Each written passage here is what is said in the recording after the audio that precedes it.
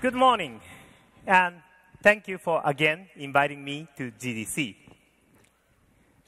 During the year, one of my most important jobs is to speak to people, to reporters, to financial analysts, to business partners, and many others. But speaking at this event is special because here, today, I have the chance to speak to my colleagues. I am happy to be here. I guess some of you may have come today because you figured maybe I can learn something. Well, I hope that might be true. But honestly, the value of GDC is that all developers can learn from each other. Nintendo is no exception. And this year, we have a lot to talk about. We've all heard what the development community is saying. It's very confusing time for people, not much stability. We are all playing much bigger gambles, and that's getting scary. Everyone is vulnerable. When we hear quotes such as these from our fellow developers, it confirms for us that our world is indeed changing. But let me add two more. When we focus on what we are passionate about, it just keeps on working, proactive, not reactive. And maybe the three little words we need to remember most. Content is king. As the industry evolves, as distribution and business model change, one thing is constant. The primary need is still content. Without quality content, without the imagination of everyone in this room today, there is nothing. There is no industry. To be clear, you are the center of the video game universe. Before I deal with the here and now, I'd like to spend some time talking about the last 25 years of industry history. And it is a kind of shocking for me to realize that I have worked as a video game developer for all of those 25 years. As I said GDC in 2005, I actually began developing games while still college student. My friends and I formed the company known as HAL Laboratory. Back then, being young, I was entirely wrapped up teaching myself video game programming. Somehow, I concluded that I had video game pretty much figured out. Pretty cool, huh? And this impression carried over to my first introduction to Nintendo and Mr. Miyamoto. Also, he's young. Even after starting to work with Nintendo, I had confidence that I was better than anyone Nintendo when it came to programming technique, and the software that I was making was technically superior to Mr. Miyamoto's. And I believe this would be proven when consumers went out to buy our games. Well, I said before, it is the job of game developers to learn from each other. And Mr. Miyamoto taught me a painful lesson. Content really is king. His games outsold mine by a huge margin. I found out then that engineering isn't quite as important as imagination. To be honest, I was ashamed. And during this time, to use the English expression, I lost my attitude. Well, let me talk about these last 25 years in a wider perspective. When we began making video games, there was no industry. Very few of us considered it a profession.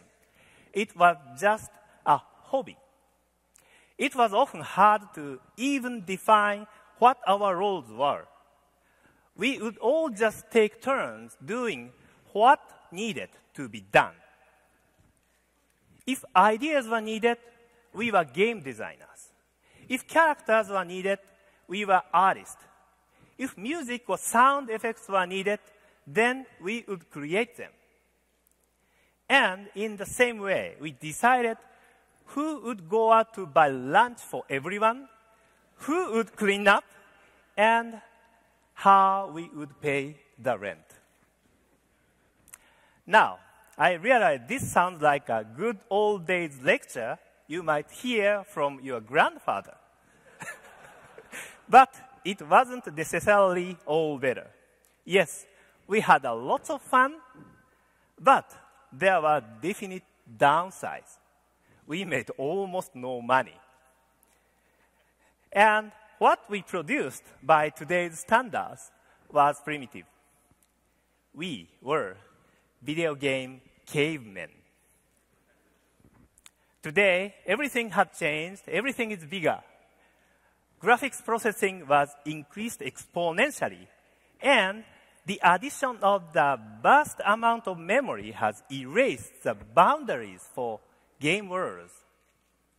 At the same time, all this comes at a cost. Also, much bigger are the size of the teams required to build today's big games, the timeline they require, and the amount of money needed to fund all of this. At one time, development cost of $1 million was unthinkable.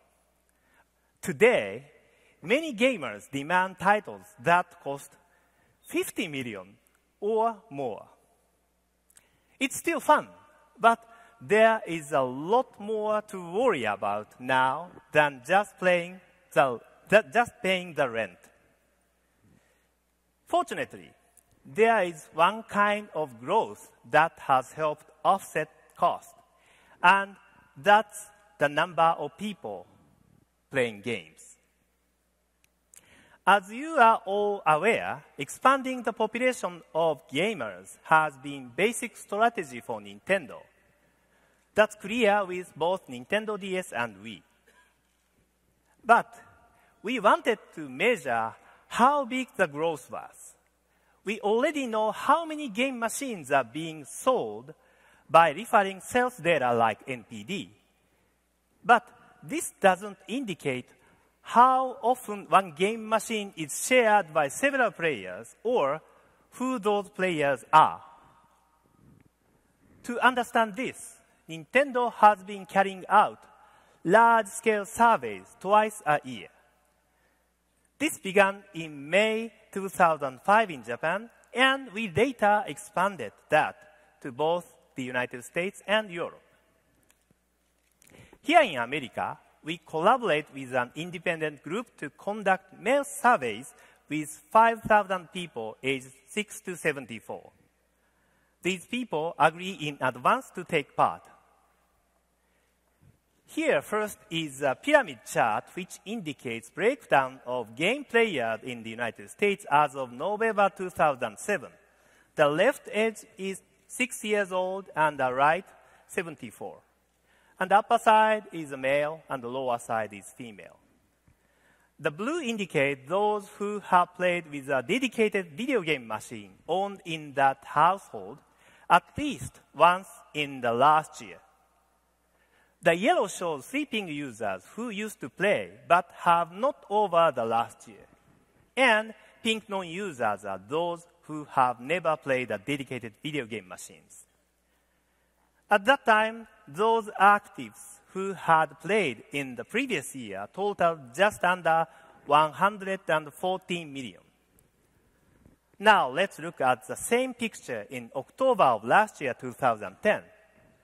The number of active players over the previous 12 months jumped to just under 160 million. Shown a different way, you can see that 45% of people between age 6 and 74 reported playing their dedicated video game machines in November 2007. And this number jumped to 62% by October 2010. Another chart indicates generated most of that growth. Here, the dark pink bar at the bottom represents owner of either Wii or Nintendo DS. These two machines have been driving force in expanding the US gaming population. And next graph shows the corresponding results in Europe. We have combined the data for 6 countries where Nintendo operates its own business, namely Germany, UK, France, Spain, Italy, and the Netherlands. So far, the active user ratio there is much lower than that in the US. But this means even more opportunity for growth. And of course, there are also a number of emerging markets not represented at all in our surveys yet. This is very encouraging for all of us. Another aspect of the past quarter century I'd like to discuss is just a matter of words, but I think it's important.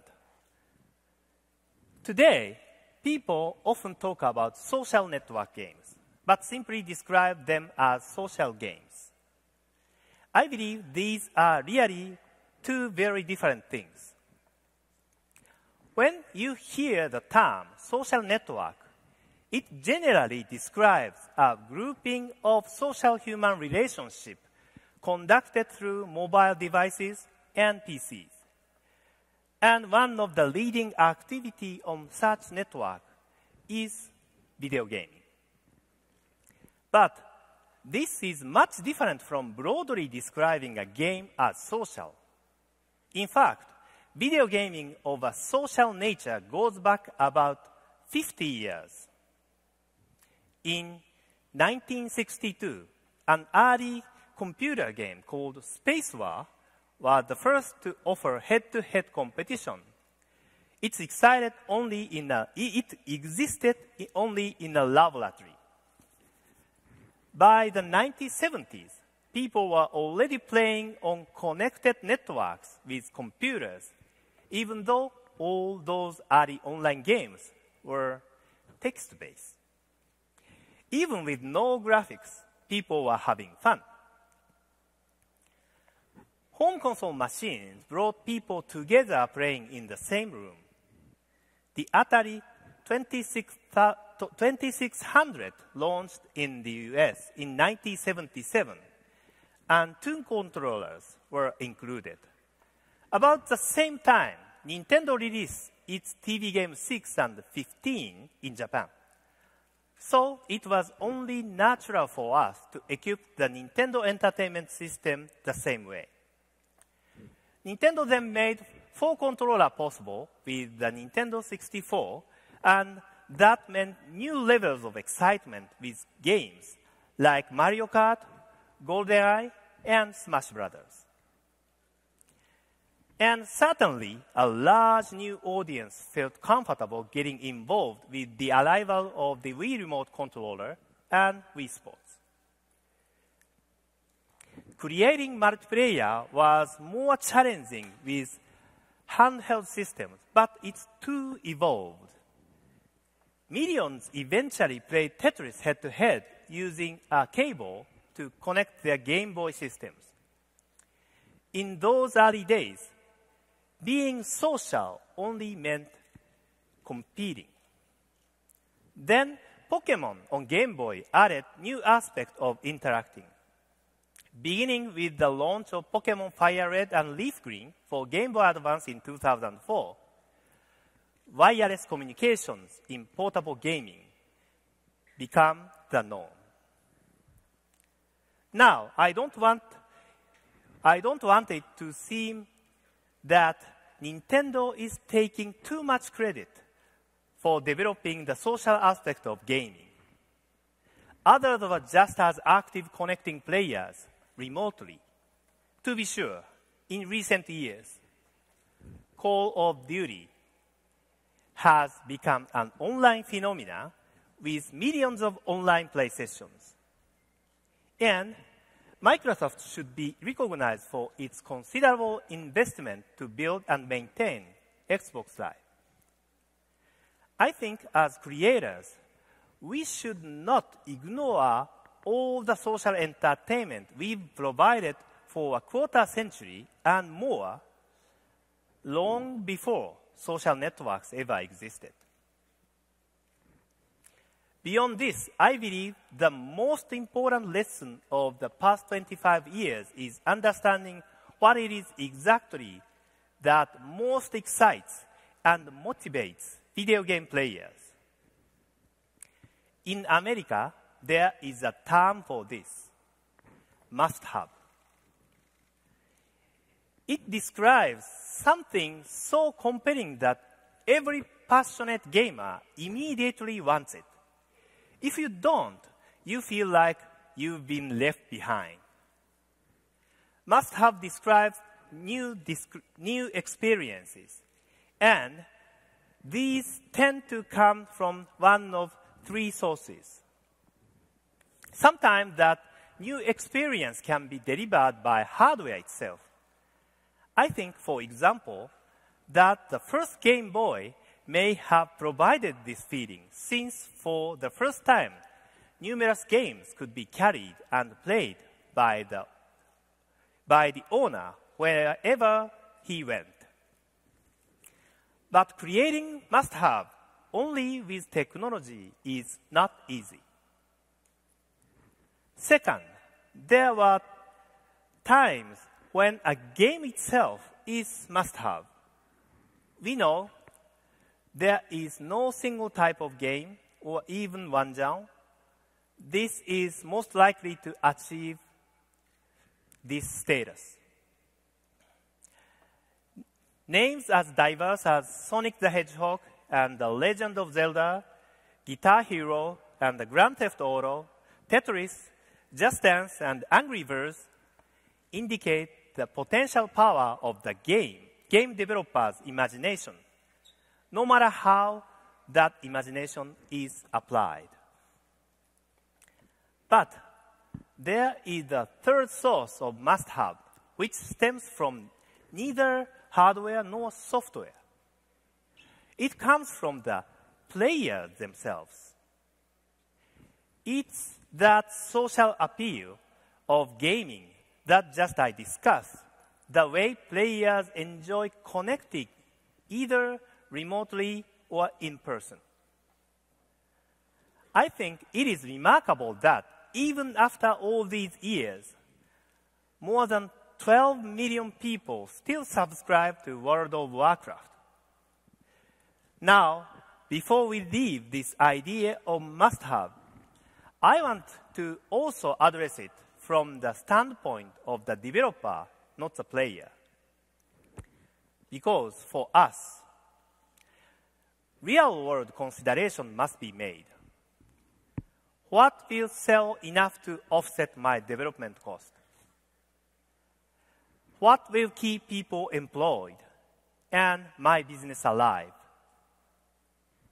One way to answer this is to look at the franchises that players have made the most popular over these 25 years and consider the reasons for their appeal. Number one is Mario. It's hard to believe now, but during his debut in arcades, he was considered something brand new. Excitement for Mario and Donkey Kong built through word of mouth. However, Mario was remained popular only because he's changed. Every developer involved in a Mario project understands the need to provide new gameplay elements and deliver unexpected experiences. Mario always evolves. The number 2 franchise erupted as something entirely new, Pokemon. The fundamental attraction of Pokemon is based on the universal appeal of collecting, training, competing, and trading. From the beginning, multiple versions of each Pokemon series were released. Some Pokemon appear only in one version, and you may notice that Pokemon received from the Friends version may grow faster than yours, so that you want them. These unique aspects were designed to promote interaction. To a great degree, the popularity of Pokemon can be explained by its social nature. The next franchises are not Nintendo properties, but I think all of us recognize their attributes.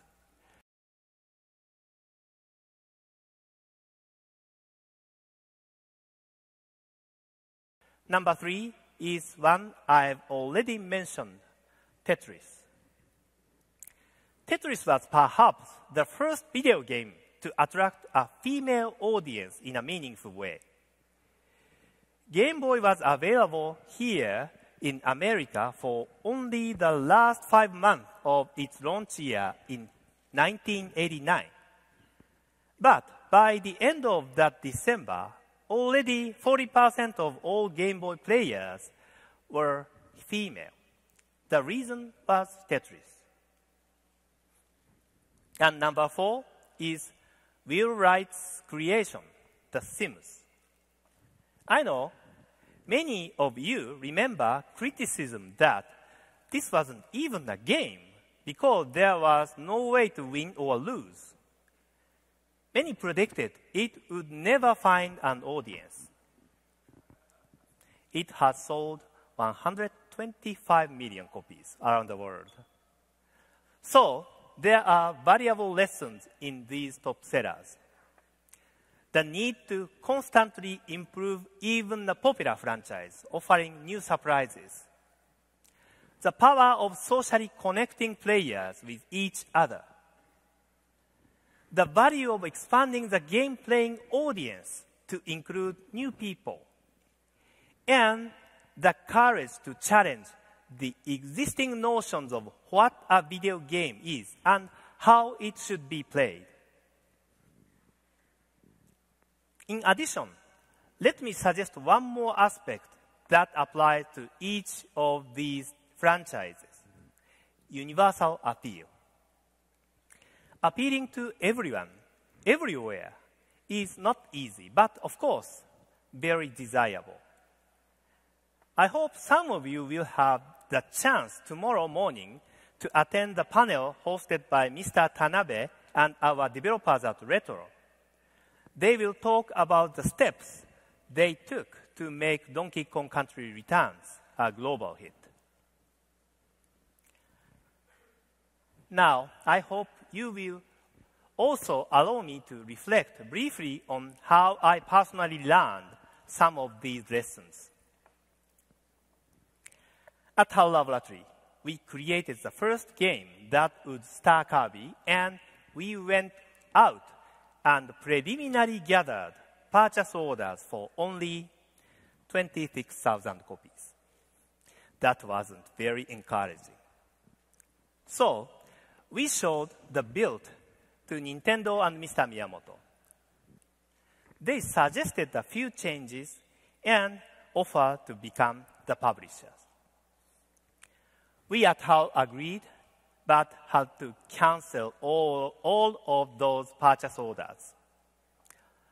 Although it was an action title, it was designed so that almost any player could finish it with a little patience. This went against the trend of more and more difficult challenges for players. But Mr. Miyamoto agreed. by itself allowed us to reach many more potential consumers. We had other conversations concerning universal appeal. For example, the original name translated to English sounded like this: Tinkle Popo. Maybe not the best name.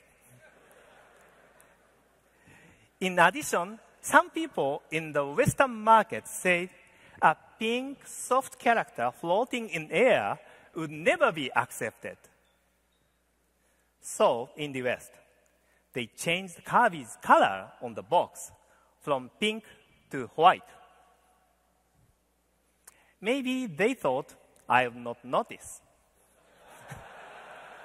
I did. But in the end, all the arguments were settled in a good fashion. By constantly reconsidering the nature and mechanics of the game, Kirby did not sell just 26,000. The game has sold more than 5 million. So, those were lessons I learned. But one thing I don't want you to conclude is that all this is fine for Nintendo, but that somehow Nintendo is different.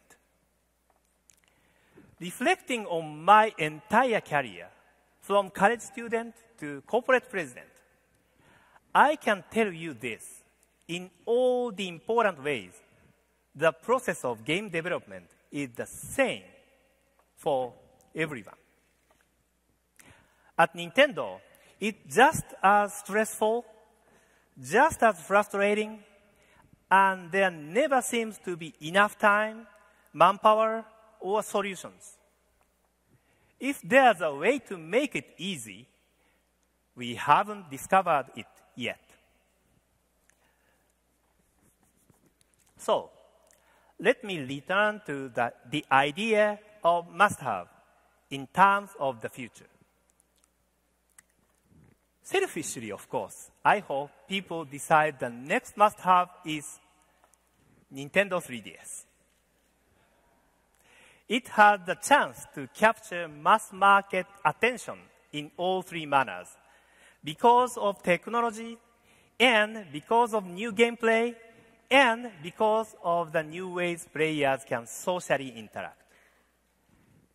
We also believe it can achieve universal appeal and the power to attract even more new gamers. Every system will contain certain pre-installed software that will include AR games, face raiders, and the Mii Maker. We selected these for a reason. They are designed to compel social interaction. It will make people want to say to their friends, "Hey, you've got to see this." Other applications will make owners want to carry their Nintendo 3DS systems around with them, just to find out what new needs or game elements have been passively transferred to them. Owners won't just go intentionally to a network for a specific purpose. Sometimes the network will find them. In fact, at Nintendo in Japan, some employees have started leaving their workstation for no reason, wandering around different floors with their Nintendo 3DS just to take part in such data transfer. Normally, I would write an internal memo to employees warning against this. But the truth is, I am the one of the people doing it. I must admit that in the overall area of wireless communication and digital downloads, Nintendo can do better. To date, our WiiWare and DSi services have not operated as well as they should. So, Nintendo 3DS incorporates specific improvements. In Japan and Europe, we have already identified some of these specific connectivity aspects. In order to update you on plans for America, please welcome the President of NOA, Reggie Fils-Aimé.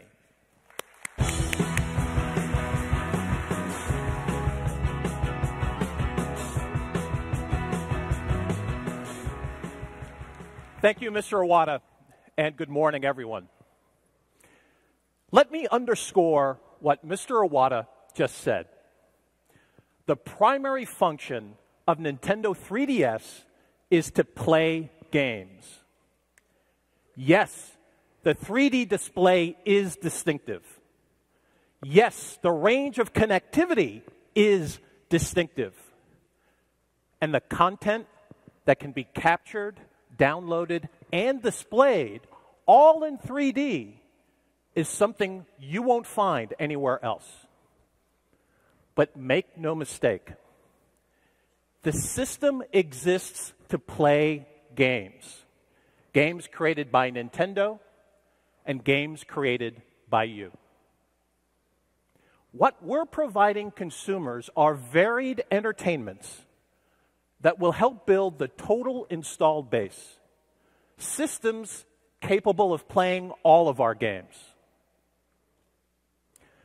Let me talk briefly about those other attractions Mr. Iwata mentioned from an American perspective. And to do that, I would ask you to consider two words: content and location. To begin, all content on Nintendo 3DS is going to look like no Nintendo handheld before, even if you're watching in 2D. You'll notice that the second that you turn it on. And this is particularly true with anything you're streaming from Netflix, a partnership that goes live this summer. And Netflix on Nintendo 3DS is notable in a couple other ways. Say you're away from home, starting to watch a movie on your Nintendo 3DS. You can simply stop viewing when you get home and then pick up where you left off using your Netflix-enabled Wii to feed your big flat panel TV. Of course, in the real world, sometimes other factors get in the way. Maybe when you walk into your family room, your little guy is already streaming SpongeBob. No problem. You can hand him the Nintendo 3DS, set up streaming for him there, while you casually confiscate the big TV. Certainly, Netflix delivers a huge menu of 2D programming. But 3D programming is also on the way. First, movie trailers from Hollywood in 3D.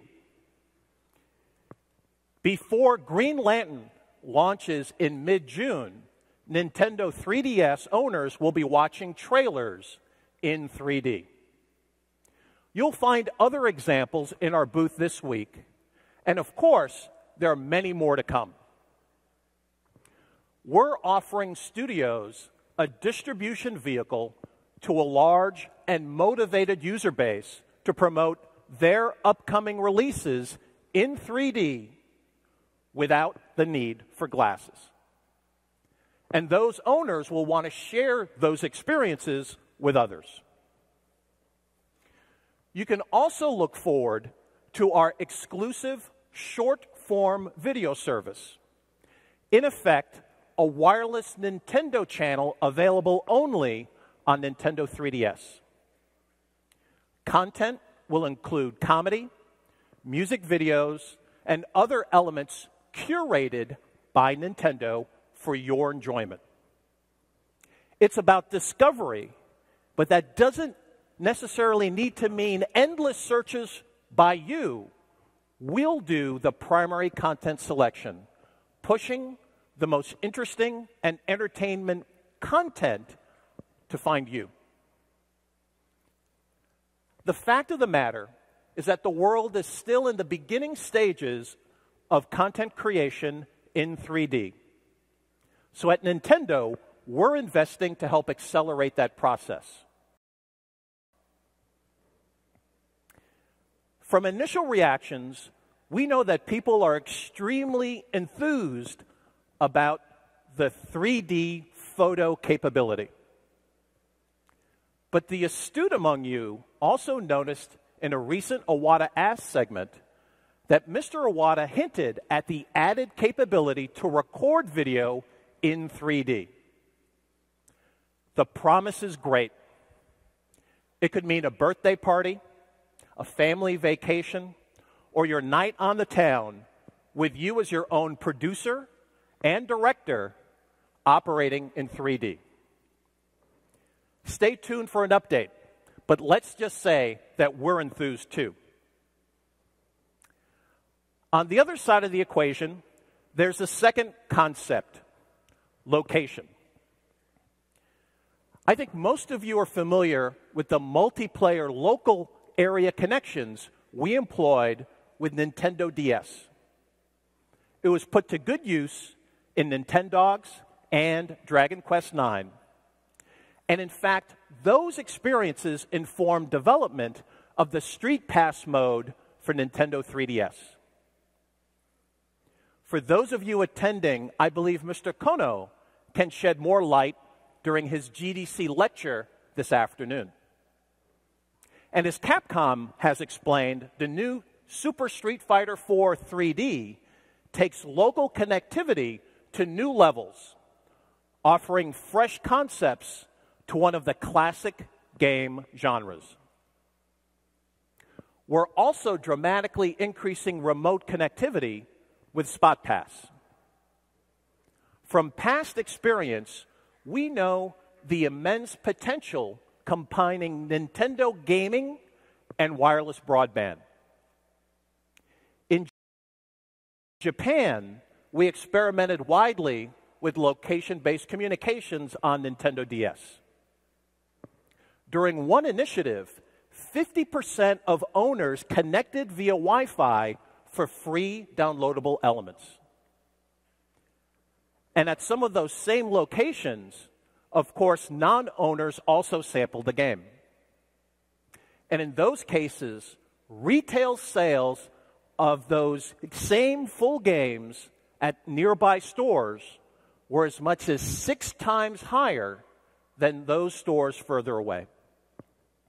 Just like the automobile business, test drives drive business. Here in America, we'll build substantially on the Japanese experience. And today, I'm happy to announce that we'll be able, in late May, to have over 10,000 AT&T Wi-Fi hotspots as hubs for Nintendo 3DS. Users will have broad access to a variety of restaurants, bookstores, coffee shops, airports, and more, where they'll be able to automatically connect to Wi-Fi and receive Spot Pass content, access to the eShop, and have the ability to play compatible Wi-Fi games with others, whether across the room or across the country.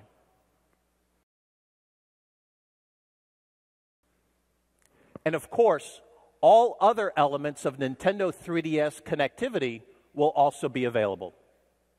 And that's true whether you're connected away from home or on your own home wireless network. So, in all, 3 new aspects of Nintendo 3DS will maximize your distribution opportunity. First, there will be thousands of new points of Wi-Fi contact. Second, the user will be automatically connected, and Spot Pass content will download in the background, even with the system in sleep mode. And third, the push content doesn't require that the corresponding game be inserted in the hardware. When you create Spot Pass content, your distribution reach will be broad and automatic, like no Nintendo handheld before. Let me also explain the reach of the eShop, a means to access game software in several different ways. First, the existing DSiWare service is included. Second, we'll provide access to selected Game Boy and Game Boy Color titles with the Nintendo 3DS version of the Virtual Arcade. And that library will also include Game Gear and TurboGrafx 16 games. Third, some of your favorite titles from the past, what we're calling 3D classics, will also be available remastered in full 3D.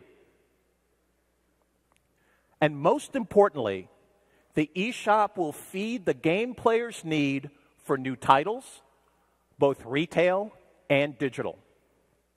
That means trailers, screenshots, background info, and even links to your own websites.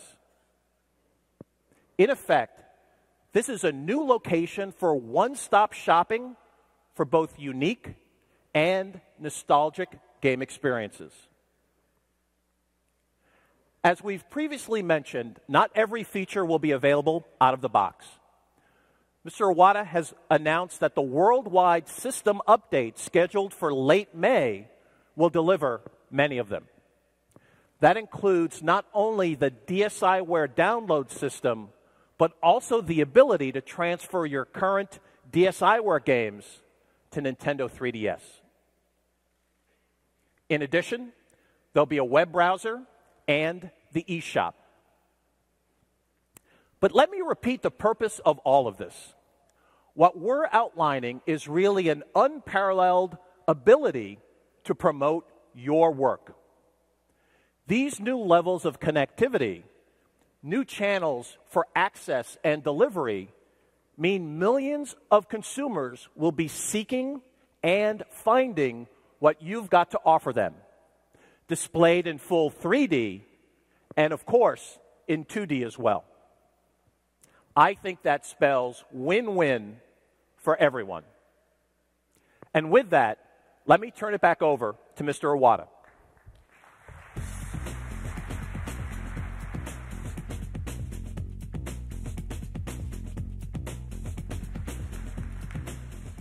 Thank you, Reggie. Yes, we really want Nintendo 3DS to be the next must-have. As people have the chance to witness Nintendo 3DS with their own eyes, we are anxious to see how they judge our latest proposal. Reggie just mentioned several new services to be offered on Nintendo 3DS. Now, I'd like to spend some time talking about new games. Earlier, I explained how Nintendo always tries to adopt new elements whenever we introduce new Mario game. For Nintendo 3DS, that process will continue. Let me give one small example. Since 1996, when Mario appeared in 3D in Super Mario 64, it's always been hard for players to judge how to jump and hit a block floating in a 3D space. Watching as Nintendo 3DS was being developed, Mr. Miyamoto told me, finally the day has come when we can solve this. This applies to all movement as players move deeper inside the world or come closer to the screen. Game developers are now able to invent any worlds that we imagine. And this leads to a new Super Mario to debut on Nintendo 3DS. Our team at Nintendo's EAD Tokyo Software Development Department, which created the Super Mario Galaxy series, is currently working on a brand new Super Mario that incorporates the new opportunity of 3D display. This logo is temporary. you may notice something that looks like a tail at the bottom on the logo. You might wonder what that indicates. We will reveal the answer at the E3 this year.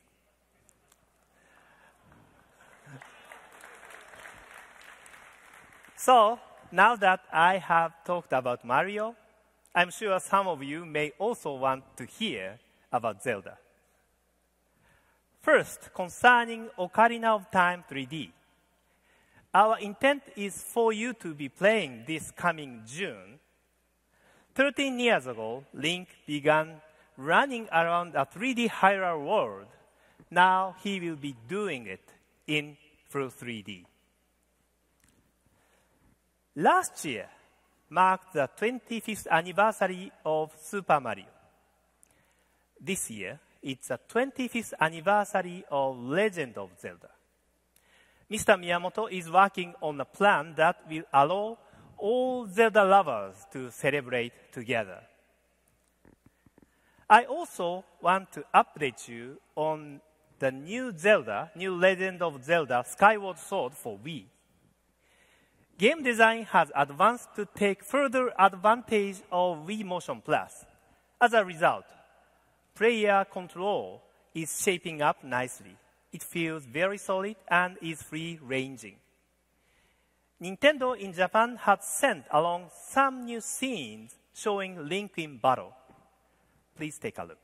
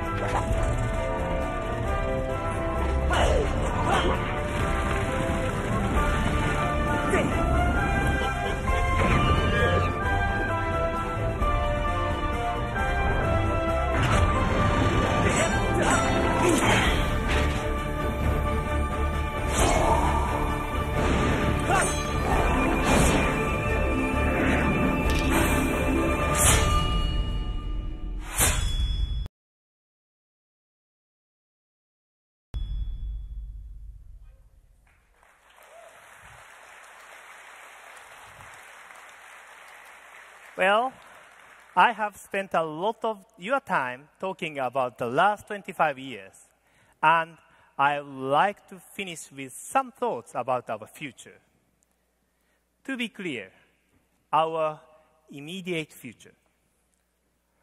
Rather than offer you only a rosy picture of our industry, I want to discuss 3 specific concerns. The first is craftsmanship. Over the past 25 years, we developers have gained a lot, but also lost something. And one major loss is craftsmanship. As projects become bigger and more complicated, often the option of working over and over again to polish a game to make it the highest quality it can be is disappearing. This is not the criticism of the talent of people developing games, but rather the circumstances in which they operate. No matter how much money or manpower is available, no matter how much talent is involved, the needed flexibility may not be available when unexpected development arises. Small details can get lost even in huge projects. My second concern takes me again back to my career at HAL and my early days at Nintendo watching Mr. Miyamoto work. As I said, no one was a specialist. Everyone was a generalist. We could all comprehend what everyone else was doing. To be sure, today there are many people who are better programmers than we were back then, and better artists, better producers. But this era of specialization makes it much more difficult for a single individual to sense the entire nature or personality of a game. Developers know their specific roles much better, but are less able to understand anyone else's. And if people cannot tell exactly what other team members are doing, it makes me wonder, where will the next master game creators come from? My final concern is the most important. When I first spoke at GDC in 2005, very few in the audience were involved making games for mobile download or for social networks. Today, maybe the majority of you are. Our industry has certainly expanded. But it also gives me concern because I fear our business is dividing in a way that threatens the continued employment for many of us who create games for our living. Yes, the developers' hours will always be too long and the stress too high, but until now, there has always been the ability to make a living. Will that still be the case moving forward? Let me share a few numbers. Today in America, there are more than 500 retail games available for PS3, more than 700 for the Xbox 360, and more than 1,000 each for both Wii and Nintendo DS. With so many choices, it is already very challenging to gain enough visibility with the public to achieve true hit status. A few games do become mega hits, but it is not easy. With such competition, even being noticed is extremely difficult. Huge investment promise nothing. Now, consider this. The corresponding number of games available right now to download from the big app sites is in the tens of thousands. Game development is drowning. Yes, nearly every one of these downloadable games is far less expensive to create than most retail titles. But what revenue will they generate? Screen Digest reports that among all types of applications downloaded among the leading mobile services last year, 92% were free. And most software which is not free is still being sold at extremely low prices. Why is this happening? To answer, it's necessary to understand two very different ways of looking at our business. And these approaches focus on a single question. Is maintaining high-value games a top priority or not? First, consider the objective of those of us who manufacture a dedicated video game hardware. At Nintendo, we see hardware as something our consumers reluctantly purchase only to enjoy the games they really want to play. We do not publish games for other platforms because we believe matching our game idea with our hardware design is the surest way to provide meaningful surprises.